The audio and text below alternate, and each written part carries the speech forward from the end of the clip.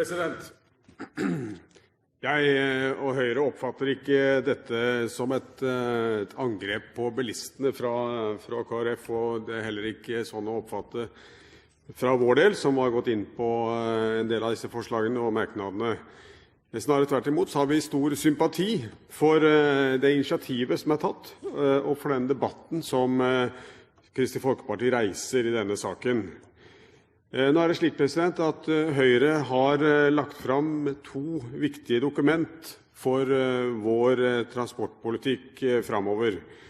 Det er Høyres transportplan, og det er vår kollektivplan for utvikling i de store byene fremover.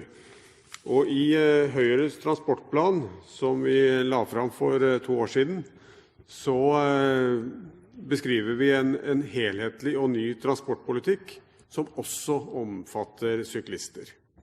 Og her tar vi nettopp til orde for en slik belønningsordning på 50 millioner til nettopp sykkeltiltak.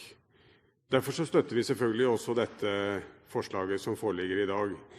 Og til dette med stimuleringsordninger, som noen er litt skeptiske til, jeg synes vi skal se på erfaringen fra belønningsordningen på kollektivtransport med øyne som registrerer at her har vært en stor suksess egentlig. Nå er vi altså oppe i 431 millioner for inneværende år.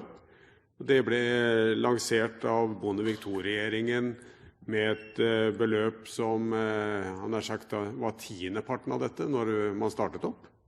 Så her har vi altså sett en stor suksess som har virket, og det får vi også tilbakemeldinger på fra de som har benyttet seg av den. Så jeg tror faktisk på sånne ordninger som dette, som skal være akkurat det lille ekstra som får byene til å iverksette tiltak. Når det gjelder kollektivplan for storbyene, så vektlegger vi særlig sykkeltiltak, fordi at vi ser at vi greier ikke den store utfordringen som kommer i særlig de store byområdene våre, uten å ta en del av det økte transport- og mobilitetsbehovet på sykkel og gange. Og derfor er det spesielt viktig å tilrettelegge for dette. Mange andre land har tilrettelagt for utstrakt sykkelturisme. Altså man baserer sin reiseopplevelse på sykkel. Vi fra Høyre har lagt inn en liten merknad om det i innstillingen, og regner det vel nærmest som en inkurie at ikke flere har støttet den, for den synes vi faktisk har ganske mye for seg.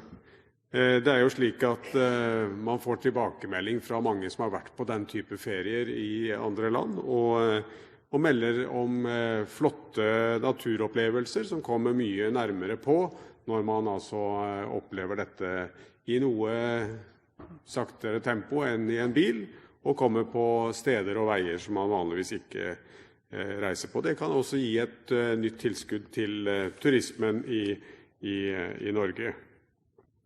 Og nettopp av denne grunn, og av de grunnene jeg har nevnt før, så mener vi at sykkelløsninger må inngå som en naturlig del av all planlegging av ny infrastruktur. Og vi får nærmest en vinn-vinn-vinn-situasjon.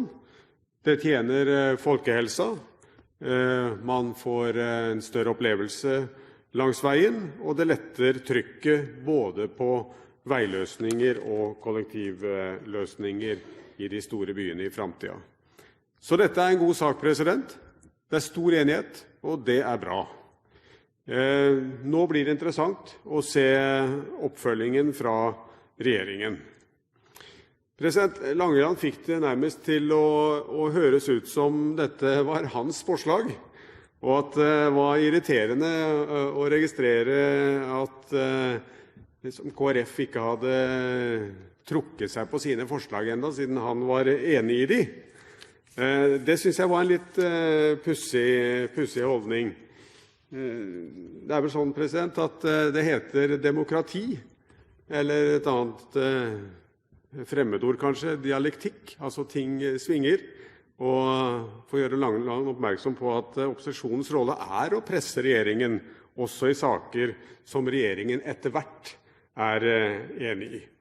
Jeg tar opp de forslag som Høyre er medforslagsstiller i.